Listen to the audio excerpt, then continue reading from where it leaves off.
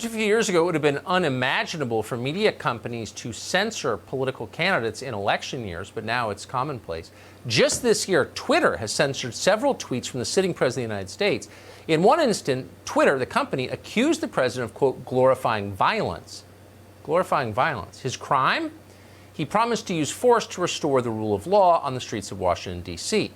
Twitter has also routinely used bogus fact checks to prevent users from learning that mail-in balloting is a massive fraud risk, which it is.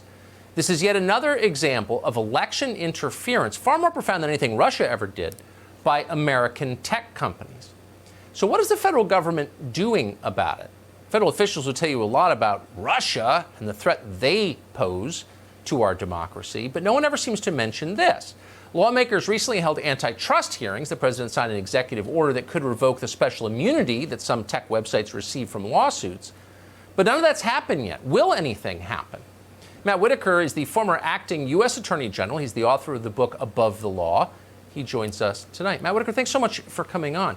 So you can imagine, and I'm sure you share the frustration, it's infuriating to watch large monopolies change the course of American history by subverting our elections, and no one's doing anything about it. Will anyone in power do anything to stop this before Election Day, do you believe? Glad to be with you, Tucker. And yes, I actually do believe that we are going to get to the bottom of this insidious, really censorship of mostly conservative voices on social media. And I think the Department of Justice has been looking at this issue. And I also believe that because of the way the algorithms that Facebook and Twitter and the like use to provide your news feed, I think that could be viewed and may be viewed by this Department of Justice as a campaign contribution, an illegal campaign contribution, that ultimately I think they will step in and take action. I mean, we've got 2 months left, and it's really not even a question of trying to get Trump reelected or helping Joe Biden. I mean, I think the implications are far more profound and long-lasting than that. Google single-handedly could erode any public confidence in democracy.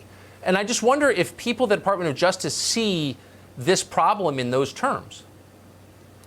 I think they do, and I think what is also happening among these companies, Facebook in particular, they have so much data on their individual users that they can essentially manipulate what you see, how you see it, and therefore, based on the feedback loop that is provided, they can then try to influence you to whether it's use a product, vote for a candidate. It's really, again, it's insidious, and I think the Department of Justice has to act because our democracy can probably not stand this for another election cycle. I wonder, I mean, since you're very familiar with how the federal government actually works, since you ran our most important agency, do you think it's fair to say that there are federal officials who are afraid to take on Google? I don't think so. I think Bill Barr, the Attorney General, is not afraid, really unafraid of anything.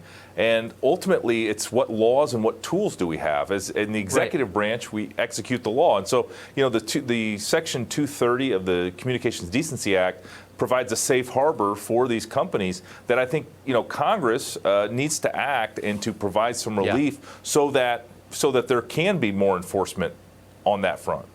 Well, that's exactly right. I mean, that is a legislative matter. They gave these companies that special carve-out. We didn't get it, and they haven't taken it back. Matt Whitaker, thank you for that. Great to see you. Congrats on the book. Thank you, Tucker. Good to see you.